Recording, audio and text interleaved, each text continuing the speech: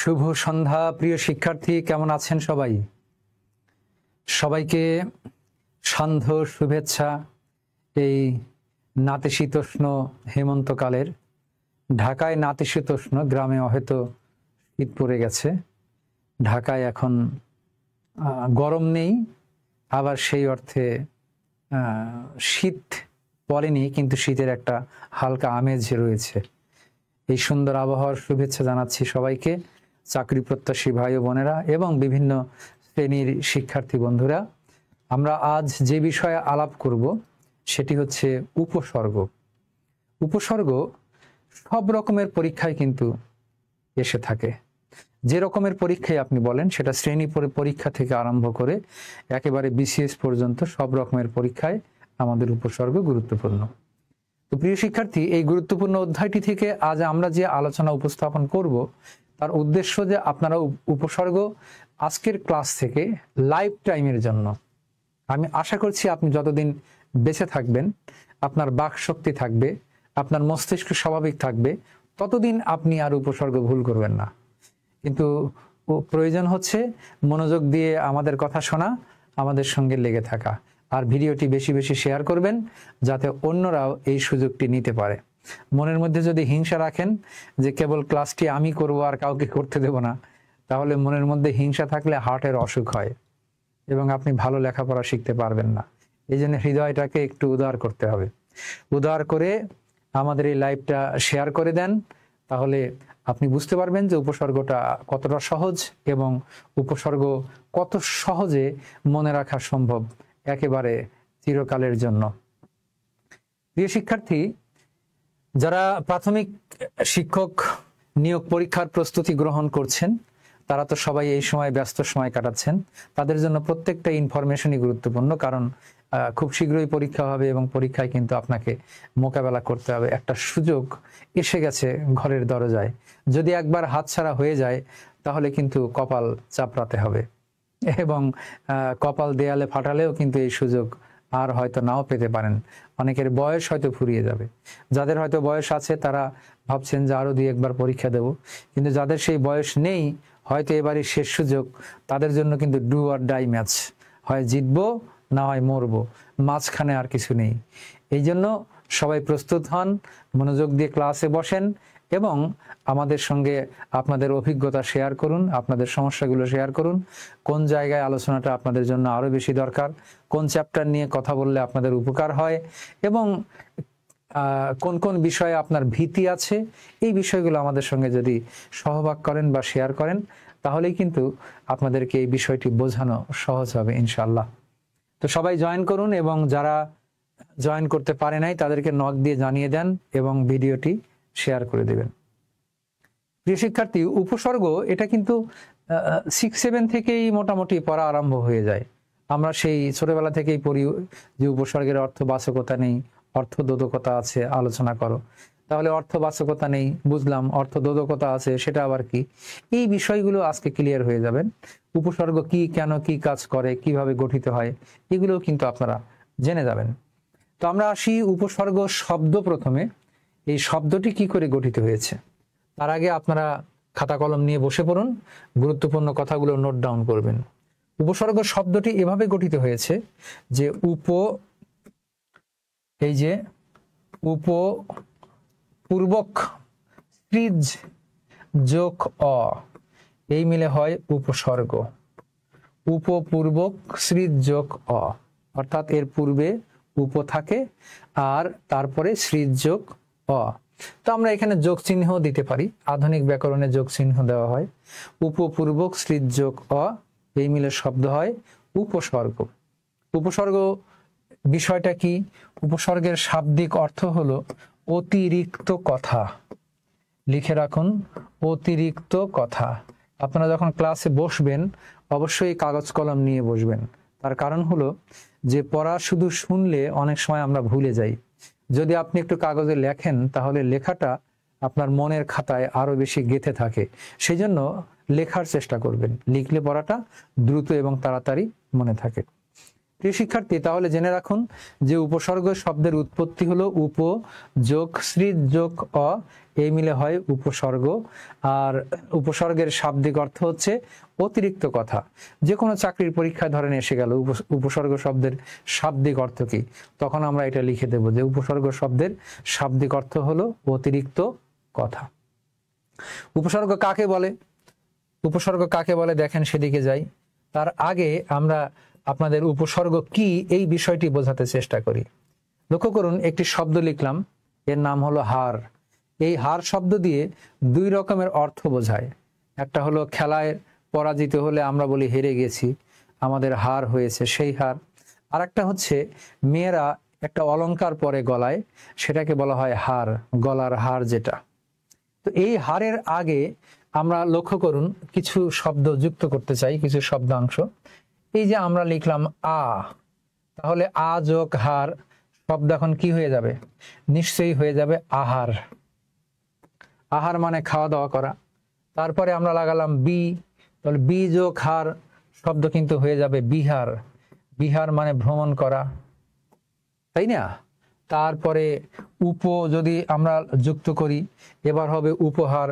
উপহার মানে হচ্ছে কাউকে কিছু শুভেচ্ছা সূচক কোনো কিছু দেয়া, তাহলে শব্দ হয়ে যাবে উপহার। মানে আমরা দান অর্থে ধরলাম, এটা দান নয় ঠিক, এটা হলো শুভেচ্ছা দান। আমরা একটু মুছে নেই, উপহার আমরা লিখলাম শুভেচ্ছা, মানে শুভেচ্ছা জানিয়ে বা শ্রদ্ধা জানিয়ে কাউকে কোনো কিছু দেয়া, শুভেচ্ছা প্রদান লিখে দিলাম। আচ্ছা, মানে শুভেচ্ছার প্রদর্শন এর কারণে প্রদান। আবার উপহারের অর্থ আবার ওটা লিখে দিবেন না যে স্যার পড়িয়েছে যে উপহার মানে শুভেচ্ছা প্রদান। মানে কাউকে শুভেচ্ছা বা শ্রদ্ধা জানানোর জন্য আমরা যে উপঢৌকন বা কোনো সামগ্রী দেই, সেটাকে আমরা কিন্তু বলবো হচ্ছে আমাদের উপহার। তাহলে এখানে শব্দ হয়ে গেল কি? উপহার। এই যে উপহার লিখলাম। এরপরে আমরা এখানে যদি এখন লিখি সম, এইবার হয়ে যাবে কিন্তু সংযোগ হার সংহার। সংহার মানে কাউকে হত্যা করা, মেরে ফেলা। সুতরাং এই যে দেখেন আহার, বিহার, উপহার, সংহার, এরপরে যদি আমি পরি লিখি তাহলে হবে কিন্তু পরিহার। এভাবে শব্দ হতেই থাকবে। তার মানে আপনি বুঝে যাচ্ছেন যে উপসর্গ হচ্ছে এক শ্রেণীর অর্থহীন বর্ণ বা বর্ণ সমষ্টি, অব্যয়সূচক শব্দাংশ, নট শব্দ। শব্দ যদি হয় তাহলে তার অর্থ থাকতে হয়, যেহেতু তার নিজের কোনো অর্থ নেই, এই জন্য আমরা তাকে কিন্তু শব্দ বলতে পারছি না। তো তাহলে আমরা কি বলবো? শব্দাংশ। অব্যয়সূচক কেন বলছি? কারণ এর নিজের কোনো অর্থ নেই। তো এগুলো কি হয়? কোন শব্দের এই যে আগে যুক্ত হয়, আগে। ইংরেজিতেও কিন্তু উপসর্গ আছে, সেটাকে বলে প্রিফিক্স। প্রিফিক্সটা যুক্ত হয় ইংরেজি শব্দের আগে, বাংলাতেও উপসর্গটা কিন্তু যুক্ত হয় শব্দের আগে। যুক্ত হয়ে কি করে? শব্দের অর্থ পরিবর্তন করে, শব্দের অর্থকে বদলিয়ে দেয়, শব্দের অর্থকে অন্যরকম করে দেয়। এই জন্য এই উপসর্গগুলো মূলত আমাদের শব্দ গঠনের গুরুত্বপূর্ণ উপাদান। এই উপাদানগুলো দিয়ে বাংলা ভাষায় প্রচুর শব্দ কিন্তু গঠিত হয়েছে। তো এই শব্দ গঠনের উপকরণ হিসেবে উপসর্গ আমাদের ভাষায় গুরুত্বপূর্ণ। তো তাহলে আমরা বুঝে নিলাম যে উপসর্গ আসলে কি। উপসর্গ হচ্ছে এক শ্রেণীর অব্যয়সূচক শব্দাংশ, যেগুলো শব্দের আদিতে বসে নতুন শব্দ গঠন করে, সেগুলোকে আমরা বলি হলো উপসর্গ। তো উপসর্গ এটা কত প্রকার হতে পারে? আমরা লিখব উপসর্গ 3 প্রকার। এই যে উপসর্গ কত প্রকার? 3 প্রকার। প্রথম প্রকার আমরা লিখছি হচ্ছে বাংলা বা খাঁটি বাংলা, এই যে বাংলা লিখলাম। দ্বিতীয় প্রকার আমরা লিখলাম তৎসম বা সংস্কৃত, তৎসম বা সংস্কৃত। তারপরে তৃতীয় প্রকার আমরা লিখব হচ্ছে বিদেশি। এই 3 প্রকার উপসর্গ আমরা আমাদের ভাষায় পেয়ে যাব। অতএব উপসর্গ 3 প্রকার, বাংলা বা খাঁটি বাংলা, তারপরে তৎসম বা সংস্কৃত, তারপরে হলো বিদেশি। এই 3 প্রকারের উপসর্গের ভেতর থেকে আমরা একটা একটা করে আলোচনা আরম্ভ করব, যে আলোচনা আপনি সারা জীবন মনে রাখবেন অবশ্যই। স্টুডেন্ট, বাংলা উপসর্গের কাছে আমরা লিখে রাখবো 21টি, আর তৎসম বা সংস্কৃতের কাছে আমরা লিখে রাখবো 20টি। মানে বাংলাতে 21টি উপসর্গ এবং তৎসমতে 20টি উপসর্গ। এই তথ্যটা কিন্তু আমরা মনে রাখবো। তাহলে বাংলার 21, তৎসম 20। এই 21 এবং 20-এর মধ্যে এমন 4টি উপসর্গ আছে, যে 4টি উপসর্গ বাংলাতেও আছে, তৎসমতেও আছে। সেটা হলো কয়টি? 4টি। সেই 4টি কি কি আমরা কিন্তু মনে রাখার চেষ্টা করব। এই যে আমি লিখে দিলাম এখানে, উভয় উভয় প্রকার, অর্থাৎ এটা বাংলার মধ্যেও পাওয়া যায়, তৎসমের মধ্যেও পাওয়া যায়। কয়টি? 4টি। অতএব প্রিয় শিক্ষার্থী মনে রাখুন যে বাংলা 21টি উপসর্গ, তৎসম 20টি উপসর্গ। এই 20 এবং 21টি উপসর্গের মধ্যে এমন 4টি উপসর্গ আছে যে 4টি উপসর্গ বাংলা ভাষাতেও পাওয়া যায়, এবং যে 4টি উপসর্গ কিন্তু বিদেশি তৎসম বা সংস্কৃত ভাষাতেও পাওয়া যায়। এখন সেই 4টি কি কি, এবং আপনারা যে প্রশ্নটি একটু পরেই করবেন সেটি হলো যে এই 4টি যদি 2 ভাষাতেই পাওয়া যায়, তাহলে এগুলোকে আমরা সুনির্দিষ্ট করে কোন ভাষার উপসর্গ বলবো। প্রিয় শিক্ষার্থী, এগুলো যখন আলাদা করে থাকবে তখন আপনি এটাকে আপনার ইচ্ছে মতো বলতে পারেন, অথবা উভয় ভাষারই উপসর্গ হিসেবে বলতে পারবেন। কিন্তু এগুলোর চেনার আর একটা উপায় হলো যে এই উপসর্গগুলো আমরা কিভাবে নির্ণয় করব যে সে কোন শব্দের সঙ্গে যুক্ত আছে। সেই শব্দের সঙ্গে যে যুক্ত রয়েছে সেই শব্দটাকে আমরা দেখব। সেই শব্দটির উপরে সেই উপসর্গের প্রকারভেদ কিন্তু নির্ভর করবে। আমি দেখতে পাচ্ছি যে আমাদের ক্লাসে ছাত্রের সংখ্যা যথেষ্ট পরিমাণে আস্তে আস্তে বেড়ে যাচ্ছে। আপনারা দয়া করে মন্তব্যের ঘরে জানাবেন যে আলোচনা ভালো লাগছে কিনা, বা উপসর্গ নিয়ে আপনাদের কি কি দ্বিধা রয়েছে, এগুলো আমাদের দয়া করে জানাবেন। তো মুছে ফেলার আগে আরেকবার বলি, উপসর্গ কি? আমরা জানলাম যে সকল অব্যয়সূচক শব্দাংশ শব্দের আদিতে বসে নতুন শব্দ গঠন করে সেগুলোকে উপসর্গ বলে। উপসর্গের কাজই হচ্ছে নতুন শব্দ গঠন করা। উপসর্গের নিজস্ব কোনো অর্থ নেই। ওই যে বলা হয় উপসর্গের অর্থ বাচকতা নেই, কিন্তু অর্থ বোধকতা আছে। এর অর্থ কি? অর্থ বাচকতা হচ্ছে তার নিজের অর্থ থাকা, নিজের অর্থ থাকা। যেমন ধরুন আমরা বললাম চন্দ্র, তাহলে চন্দ্র দ্বারা কি বোঝায়? চাঁদ। আমরা বললাম সমুদ্র, সমুদ্র দিয়ে কি বোঝায়? সাগর। অর্থাৎ প্রত্যেকটা শব্দই কিন্তু এক একটি অর্থকে ধারণ করে। অর্থকে ধারণ না করলে সে আসলে শব্দ হয় না, শব্দ হতে পারে না। তো ঠিক তেমনি আমাদের উপসর্গগুলোর নিজের কোনো অর্থ নেই। যেহেতু নিজের কোনো অর্থ নেই, এই জন্য এর অর্থ বাচকতা নেই। নিজের অর্থ নেই, তাই এর অর্থ বাচকতা নেই। আর অন্যের সঙ্গে যুক্ত হয়ে সে অর্থ তৈরি করতে পারে। অন্য শব্দের আগে যুক্ত হয়ে সেই শব্দটিকে সে নতুন অর্থ ব্যঞ্জনা দান করতে পারে। এই জন্য আমরা বলবো এর অর্থ দোদকতা আছে। দোদকতা শব্দটি যদি মনে না থাকে তাহলে আপনারা মনে রাখুন যে দোদুল্যমানতা। দোদুল্যমানতা মানে কাঁপা, তাও যদি মনে না থাকে তাহলে আপনারা যে মুঠোফোন ব্যবহার করেন, অনেক সময় কিন্তু আপনারা মুঠোফোন কি করেন? ভাইব্রেশন মোডে দিয়ে রাখেন। ভাইব্রেশন মানে কম্পন। অর্থাৎ উপসর্গ কোন শব্দের আগে বসে ওই শব্দকে কম্পিত করে, ভাইব্রেট করে ওই শব্দের অর্থ কিন্তু বদলে দেয়। এই যে বদলে দেয়, সেই জন্য উপসর্গের অর্থ দোদকতা আছে, অর্থবাচকতা নেই। তাহলে ভূমিকা অংশটুকু আমরা জেনে নিলাম যে উপসর্গের নিজের কোনো অর্থ নেই, এই জন্য উপসর্গের অর্থ বাচকতা নেই। আর উপসর্গ অন্যের সঙ্গে যুক্ত হয়ে অর্থ তৈরি করে, এই জন্য উপসর্গের কি আছে? অর্থ দোদকতা আছে। তো আমরা এবার চলে যাই। আমরা জানলাম যে উপসর্গ 3 প্রকার, বাংলা বা খাঁটি বাংলা, তারপরে তৎসম বা সংস্কৃত, তারপরে হচ্ছে বিদেশি। এই 3 প্রকারের উপসর্গ আমরা পেতে পারি। তার মধ্যে বাংলার মধ্যে আমরা পেয়ে গেছি কিন্তু কয়টি উপসর্গ? বাংলায় পেয়ে গেছি 21টি, তৎসমতে পেয়ে গেছি 20টি। আর বিদেশিটা আমরা সুনির্দিষ্ট লিখব না, আমরা আপাতত লিখব অনির্ধারিত বা অনির্দিষ্ট। এইভাবে আমরা বিদেশিটাকে লিখব। প্রিয় শিক্ষার্থী, তাহলে আমরা আরো বললাম যে বাংলা এবং তৎসমের মধ্যে এমন 4টি উপসর্গ আছে যে 4টি উপসর্গ বাংলার মধ্যেও পাওয়া যায়, আবার তৎসমের মধ্যেও পাওয়া যায়। এই যে বাংলার মধ্যেও পাওয়া যায়, তৎসমের মধ্যেও পাওয়া যায়, এই 4টি কি কি এবং কি করে আমরা মনে রাখবো, সেই জায়গায় এখন যাই। একটু মনোযোগ দিয়ে শুনবেন, আশা করি আর ভুল হবে না। আমরা এভাবে একটি ছড়ার মতো করে লিখব, বাংলা এবং তৎসম। বাংলা এবং তৎসম। আশুবিনি একটু আলাদা করে দেই। বাংলা এবং তৎসম, তারপরে সু, তারপরে বি, তারপরে নি। বাংলা এবং তৎসম আশু বিনি। এরপরে সংযুক্ত, সংযুক্ত শব্দ দেখে, সংযুক্ত শব্দ দেখে উপসর্গ চিনি। উপসর্গ চিনি। এইটা আপনি একটু কষ্ট করে মনে রাখবেন যে বাংলা এবং তৎসম আশু বিনি সংযুক্ত শব্দ দেখে উপসর্গ চিনি। এই যে চারটি উপসর্গ আশু বিনি, এই চারটি বাংলাতেও পাওয়া যায়, তৎসমতেও পাওয়া যায়।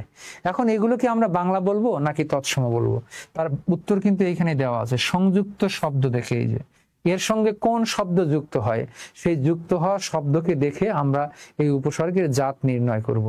যদি এর সঙ্গে তৎসম শব্দ যুক্ত হয় তাহলে সে তৎসম উপসর্গ, যদি বাংলা শব্দ যুক্ত হয় তাহলে সে কিন্তু হয়ে যাবে বাংলা উপসর্গ। আমি একটা উদাহরণ দেই। এই যে দেখেন স্বরে আ, এর পরে যদি যুক্ত হয় কর্ম, কর্ম অবশ্যই তৎসম শব্দ, আ কর্ম, সুতরাং এখানে আটা হলো তৎসম উপসর্গ। আবার এই আ ঠিকই থাকলো, কর্ম না থেকে আয়ের পরে হয়ে গেল কাজ, এই যে কাজ বাংলা শব্দ, এই জন্য এখানে আটা বাংলা উপসর্গ। প্রিয় শিক্ষার্থী, আশা করি বোঝাতে পেরেছি। অর্থাৎ আয়ের পরে যখন কর্মযুক্ত হয়েছে, কর্ম তৎসম শব্দ, এই জন্য আ তৎসম উপসর্গ। আয়ের পরে যখন কাজ যুক্ত হয়েছে, কাজ বাংলা শব্দ, এই জন্য আ হচ্ছে বাংলা উপসর্গ। অর্থাৎ এই চারটি উপসর্গ আশু বিনি যে রকমের শব্দের সঙ্গে যুক্ত হবে, আমরা আশু বিনিকে তখন সেই রকমের উপসর্গ বলবো। যদি বাংলার সঙ্গে যুক্ত হয় বাংলা উপসর্গ, তৎসমের সঙ্গে যুক্ত হলে তৎসম বা সংস্কৃত উপসর্গ। এই জায়গা থেকে আপনারা কি করবেন, আপনারা যারা চাকরি প্রার্থী অথবা বিশ্ববিদ্যালয় ভর্তি পরীক্ষার জন্য প্রস্তুতি নিচ্ছেন, যারা শ্রেণী পরীক্ষা দেবেন তাদের জন্য বেশি জরুরি আর নাই, কিন্তু যারা এই জাতীয় পরীক্ষা দেবেন তারা কিন্তু যে কাজটি করবেন, 9-10-এর এই মনির চৌধুরীর ব্যাকরণ বইটা সংগ্রহ করবেন এবং এই উপসর্গের সঙ্গে কি কি শব্দ যুক্ত হয়েছে, হয়ে তারা কি কি শব্দ গঠন করেছে, এগুলো আপনারা একটু দেখে নেবেন এক নজরে, তাহলে আপনাদের জন্য কাজে লাগবে। তো আমরা এখন আসি, বাংলার যে 21টি উপসর্গ ছিল তার মধ্যে এই যে আশু বিনি, এই চারটিকে আলাদা করে ফেললাম। এই চারটিকে যদি আলাদা করে ফেলি তাহলে 21-এর ভেতর থেকে 4 বাদ গেলে থাকে আর 17। এই 17টি আমরা এখন মুখস্থ করলেই আমাদের কিন্তু 21টি মুখস্থ করার প্রয়োজন হবে না। এই 17টি আমরা এখন মুখস্থ করার চেষ্টা করব। তো আমি যেভাবে লিখি এভাবে যদি আপনি একটু চেষ্টা করেন তাহলে আপনিও এটি মুখস্থ রাখতে পারবেন ফর এভার, চিরকালের জন্য। যারা এখনো জয়েন করেন নাই দ্রুত জয়েন করবেন। সেই 17টি কি কি, এই যে আমি লিখে দিচ্ছি, এভাবে লিখবেন। অ, তারপরে অঘা, তারপরে অজ, তারপরে অনা, অ অঘা অজ অনা, অ দিয়ে প্রথম লাইন, তারপরের লাইন আ দিয়ে আর, তারপরে আব, তারপরে আন, তারপরে হলো উনা, আর আব আন উনা। এরপরে আমরা যাই হা, তারপরে রাম, তারপরে স, তারপরে সা, এরপরে হলো পাতি, হারাম শশা পাতি। হারাম হালাল তো আপনারা জানেন কোনটা হালাল কোনটা হারাম, এই জন্য হারাম মনে রাখবেন, হা রাম। শশা তো খান, সেই শশা পাতি। আর শেষে হলো কদ, কু, ভর, ইতি। এবার আপনি গুনে দেখেন, প্রত্যেক লাইনে 4, এই লাইনে মাত্র আছে 5, এই তার মানে 4 4 16, এক লাইনে 5টা আছে 17। এই 17টি উপসর্গ কি করে মনে রাখবেন, একটু যদি আপনি 2 থেকে 3 মিনিট মনোযোগ দিয়ে পড়েন তাহলে কিন্তু মনে রাখতে পারবেন। অ অঘা অজ অনা, আর আব আন উনা, হারাম শশা পাতি, কদ কু ভর ইতি। প্রথম লাইন অ দিয়ে আরম্ভ হবে, আপনি অ দিয়ে মুখস্থ করে ফেলেন, অ অঘা অজ অনা। তারপরের লাইন আ দিয়ে, আর আব আন উনা, হারাম শশা পাতি, কতকু ভর ইতি। এই কয়েকটি উপসর্গ বাংলা উপসর্গ কিন্তু আপনাকে মনে রাখতে হবে। অ অঘা অজ অনা, আর আব আন উনা, হারাম শশা পাতি, কতকু ভর ইতি। এই 17টি হচ্ছে আমাদের বাংলা উপসর্গ। প্রিয় শিক্ষার্থী, এখন যদি আপনি কষ্ট করে 2-4 মিনিট সময় ব্যয় করে এই কথাগুলো মুখস্থ করে ফেলেন তাহলে কিন্তু আপনার আর সারা জীবন উপসর্গ থেকে যত প্রশ্ন আসুক আপনাকে বিব্রত হতে হবে না। আর যদি ক্লাসে আইলাম আর গেলাম, দেখলাম শুনলাম ভাবে কিছুই বুঝলাম না, এইখানে একবেলা ওইখানে হাফ বেলা ঘু মেরে মেরে বেড়ালাম, তাহলে কিন্তু কিছু হবে না। মনোযোগ দিয়ে স্থির হয়ে আপনাকে দেখতে হবে একটি জায়গায়। প্রিয় শিক্ষার্থী, এবারে আমরা চলে যাই আমাদের তৎসম উপসর্গ। তৎসম উপসর্গ ছিল 16, সেই 16টির মধ্যে 20-20-এর মধ্যে 4 আমরা বাদ দিলাম, থাকে হচ্ছে 16। আশু বিনি 4টাকে বাদ দিয়েছি, এই জন্য আর 16 থেকে যায়। সেই 16টি উপসর্গ আমরা কি করে মনে রাখবো, লক্ষ্য করেন। সেই 16টি হচ্ছে প্রথমে প্র দিয়ে, প্র, তারপরে পরা, তারপরে পরি প্রতি, প্রপরা পরিপ্রতি, তারপরে হচ্ছে অধি, অভি, অপি, অতি, প্রপরা পরিপতি, অধি, অভি, অপি, অতি। এরপরে দূর, উত, উপ, অপ, দূর, উত, উপ, অপ। এবার হলো সম, নির, অনু, অব, সমনির, অনু, অব। এই 16টি আপনি তৎসম উপসর্গ হিসেবে মুখস্থ করবেন। প্রপরা পরিপতি, অধি, অভি, অপি, অতি, দূর, উত, উপ, অপ, সমনির, অনু, অব। মনে রাখার কৌশল লক্ষ্য করুন, প্রথম লাইন কিন্তু শুরু হয়েছে প দিয়ে, তাহলে প্র, পরা, পরিপ্রতি, অধি, অভি, অপি, অতি, দূর, উত, উপ, অপ, সমনির, অনু, অব। এই 16টি হচ্ছে আমাদের তৎসম উপসর্গ। প্রিয় শিক্ষার্থী, এভাবে মনে রাখবেন যে প্রথম লাইনটা প দিয়ে, প্র, পরা, পরিপ্রতি, অধি, অভি, অপি, অতি, দূর, উত, উপ, অপ, সমনির, অনু, অব। এই 16টি। আর আগের আশু, বিনি ছিল 4, ওটা তো কমন, ওটার সম্বন্ধে তো আমরা জানলাম। তাহলে এইখান থেকে যদি আপনি মুখস্থ করে ফেলেন প্র, পরা, পরিপতি, অধি, অভি, অপি, অতি, দূর, উত, উপ, অপ, সমনির, অনু, অব, তাহলে কোনো পরীক্ষায় কিন্তু আপনাকে আটকানোর আর কোনো সুযোগ নেই, বা আপনিও আর কোনো দ্বিধায় পড়বেন না। প্রিয় শিক্ষার্থী, এবারে আমরা চলে যাই আমাদের বিদেশি উপসর্গ। বিদেশি উপসর্গের মধ্যে প্রথমে আমরা যে উপসর্গটি পাবো সংখ্যায় বেশি, সেটা হলো ফার্সি উপসর্গ। ফার্সি উপসর্গ 10টি। এটা নিয়ে আমি শ্রেণীকক্ষে মজা করে থাকি সবসময়। আমি ছাত্র জীবনে এটা তৈরি করেছিলাম আমার নিজের নামের সঙ্গে মিল রেখে, যে আমার ছোট নামটা হচ্ছে বাবু, বাবু লিখতে কি লাগে, ব। তো ধরুন আমার কোনো চাকরি নাই, তাহলে আমি কেমন বাবু? যেহেতু চাকরি নাই, তাহলে মেয়েরা কিন্তু এইবার বলবে যে খারাপ বাবু, তাই না? এই যে বেকার, বেকার বাবু, বাবু না লিখে বাবুর প্রথম অক্ষর আমরা শুধু ব লিখে রাখলাম। এখন বাবু যদি বিয়ে করতে যায়, লোকেরা কি বলবে, বর। কিন্তু যেহেতু বাবু বেকার, বেকার ছেলে বর হিসেবে কেমন হবে? নিশ্চয়ই খারাপ। এই জন্য বেকার বাবু, বদ বর। বাবুর জায়গায় শুধু ব মনে রাখবেন, কারণ বাবুর নাম তার ওখানে লেখা যাচ্ছে না। তাহলে বেকার ব, বদ বর। এখন যদি আপনি বিয়ে করতে যান কাজী অফিসে, হ্যাঁ, তো কাজী সাহেব কি বলবে? কাজী সাহেব বলবে হচ্ছে ফি নিম্না, ফি নিম্না কম দর। অর্থাৎ কাজী সাহেব বললেন ফি কম নেওয়া যাবে না। তার মানে প্রিয় শিক্ষার্থী, আমার নাম দিয়েই আপনারা এই উপসর্গটি মনে রাখতে পারবেন যে বাবু স্যারের প্রথম অরব কি, ব। আচ্ছা, সে কেমন? বেকার। তাহলে বেকার বাবু, বিয়ে করতে গেলে লোকেরা বলবে বর। যেহেতু চাকরি নেই, তাহলে কেমন বর? বদ বর। এখন চাকরি নেই, বর হিসেবে খারাপ। এখন ধরুন কোনো মেয়েকে পটিয়ে পাঠিয়ে গল্প, গান, কবিতা শুনিয়ে পাম্পট্টি মেরে তাকে কাজী অফিসে ভাগিয়ে নিয়ে গেলাম, কিন্তু কাজী সাহেব তো আর কবিতা, গল্প, গান এগুলো শুনবে না, পাম্পট্টি শুনবে না, তিনি বলবেন টাকা বের করো। এই জন্য কাজী সাহেব কি বললেন? ফি নিম্না কম দর। এই যে দেখুন 10টি উপসর্গ এখানে রয়েছে, এই 10টি উপসর্গ কিন্তু ফার্সি ভাষার উপসর্গ। যদি একটু আপনি 2 মিনিট চেষ্টা করেন, এটা মনে রাখতে পারবেন সারা জীবনের জন্য। বেকার ব, বদ বর, ফি নিম্না কম দর। কিন্তু আমাদের একটা সমস্যা, আমরা তো বাংলাদেশের মানুষ, আমরা হলো যা সহজে পেয়ে যাই সেটাকে মূল্যায়ন করতে চাই না, তাই না? তো এই কারণে আমরা এই যে ক্লাসগুলো নিচ্ছি, আপনারা গুরুত্ব দেবেন, গুরুত্বের সঙ্গে গ্রহণ করবেন, তাহলে আপনার জীবন হয়তো বদলে যেতে পারে। তো আমরা 10টি ফার্সি উপসর্গ শিখলাম। সেটা কি?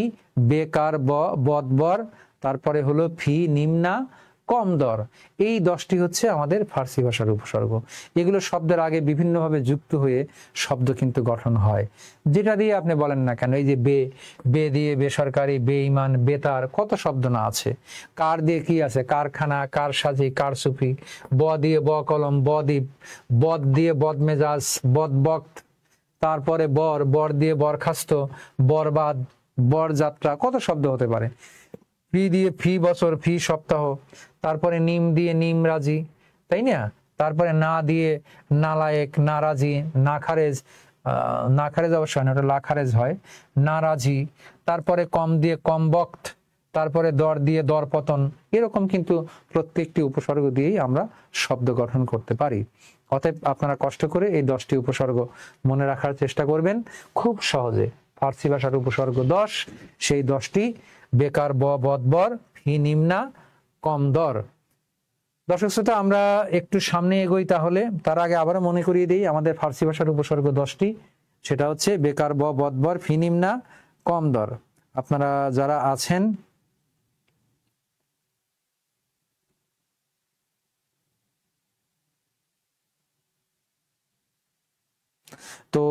আছেন তারা দয়া করে জানাবেন, একটু আওয়াজ দেবেন, আপনারা শুনতে পাচ্ছেন কিনা ক্লাস ঠিক মতো একটু জানাবেন,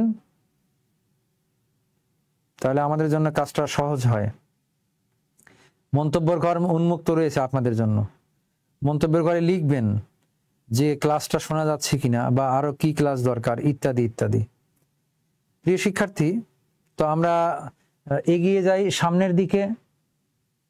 সেটা হলো যে ফার্সি উপসর্গ 10টি পেয়ে গেলাম, এবার আমরা পারবো আরবি উপসর্গ। আরবি উপসর্গ মাত্র 4টি। এই যে আরবি 4টি কি কি?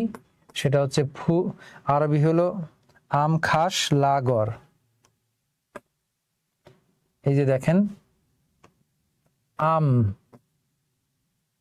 এই আম আবার খাওয়ার আম নয়। আম দরবার, আম জনতা, আম খাস, তারপরে হচ্ছে লাগর। এগুলো আমাদের আরবি ভাষার উপসর্গ, বাংলা ভাষায় ব্যবহৃত হয়। ওই যে আম দিয়ে বললাম আম জনতা, আম দরবার, খাস দিয়ে খাসমহল, লা দিয়ে লা খারেজ, লা পাত্তা, গড় দিয়ে গড়মিল, তারপরে গড়পর্তা, অনেক রকমের শব্দ কিন্তু হতে পারে। এরপরে ইংরেজি উপসর্গ আমরা 4টি পেয়ে থাকি। ইংরেজি সেই 4টি কি কি? সেই 4টি হলো ফুল, তারপরে হাফ, তারপরে হেড, তারপরে হলো হেড, ড, ফুল, হাফ, হেড, সাব, এই যে সাব রেজিস্ট্রি, সাব অফিস, হ্যাঁ, এই সমস্ত সাব, ফুল, হাফ, হেড, সাব। তারপরে আমরা কি পাবো? হিন্দি ও উর্দু, এই 2 ভাষা মিলে একটি উপসর্গ। হিন্দি ও উর্দু, এই 2 ভাষা মিলে কয়টি উপসর্গ? একটি, সেটা হলো হর। আরেকটা উপসর্গ পাওয়া যায় প্রিয় শিক্ষার্থী, সেটা হচ্ছে কোনো কোনো বইয়ে দেয়া আছে বাজে। এই বাজেটাকে কেউ কেউ ফার্সি বলেছেন, কিন্তু 19-এর বোর্ড ব্যাকরণের মধ্যেই উপসর্গটা দেয়া নেই। আপনারা এটা আলাদা করে মনে রাখবেন, বাজে একটা উপসর্গ আছে, এটাকে যদি আমরা রাখি আলাদা করে তাহলে ফার্সি ভাষার মধ্যে দেওয়া যেতে পারে। তো এখান থেকে তাহলে কি হলো? আরবি উপসর্গ 4টি, আম, খাস, লাগর। ইংরেজি উপসর্গ 4টি, ফুল, হাফ, হেডসাপ। আর হিন্দি আর উর্দু ভাষার একটি উপসর্গ, সেটা হচ্ছে হর। প্রিয় শিক্ষার্থী, তাহলে কি দাঁড়ালো? যে বাংলা উপসর্গ 21, তৎসম 20, আর 20 আর 21 41, ফার্সি 10 51, আরবি 4 55, ইংরেজি 4 59, হিন্দি আর উর্দু একটি 60। এই 60টি উপসর্গ দেখেন আপনি খুব দ্রুত বলে ফেলতে পারবেন। আমার মতো একটু চেষ্টা করবেন। বাংলা এবং তৎসম আশুবিনী সংযুক্ত শব্দ থেকে উপসর্গ চিনি, অঘ, অজনা, আরা, বানুনা, হারামশা শব্দে কতক, ভরিতি, প্রপারা, পরিপতি, অধিও, বিপতি, দুরুদ, উপবর, সমুদ্রী, অনুভব, বেকার বা বদবর, ফি নিম্না, কমদার, আমখাস, লাগর, ফুলহা, ভেটসা, ভর। কিভাবে আপনাকে প্রশ্নে আটকাবে বলেন? এখন পড়বেন না, খালি মোবাইলে নায়ক নায়িকার ছবি দেখলে তার পড়া মনে থাকে না, একটু পাঠে মনোযোগী হতে হবে। আমরা পাঠটা আরেকবার মনে করিয়ে দেই প্রিয় শিক্ষার্থী। আমাদের আজকের আলোচনার বিষয় হলো উপসর্গ। উপসর্গ শব্দ কিভাবে গঠিত হয়েছিল? উপ যোগ স্ত্রী যোগ অ, এই মিলে উপসর্গ। উপসর্গের শব্দের শাব্দিক অর্থ অতিরিক্ত কথা। উপসর্গ কি? উপসর্গ হচ্ছে এক শ্রেণীর অব্যয়সূচক শব্দাংশ, যেগুলো শব্দের আদিতে বসে নতুন শব্দ গঠন করে। উপসর্গ নতুন শব্দ গঠন করে আর শব্দের নতুন অর্থ তৈরি করে। উপসর্গের অর্থবাচকতা নেই, অর্থবোধকতা আছে। অর্থবাচকতা নেই মানে তার নিজস্ব কোনো অর্থ নেই, আর অর্থবোধকতা আছে মানে হলো সে অন্যের সঙ্গে যুক্ত হয়ে অর্থ তৈরি করতে পারে। সেজন্য তাকে বলা হয় অর্থের বাচকতা নেই কিন্তু অর্থবোধকতা আছে।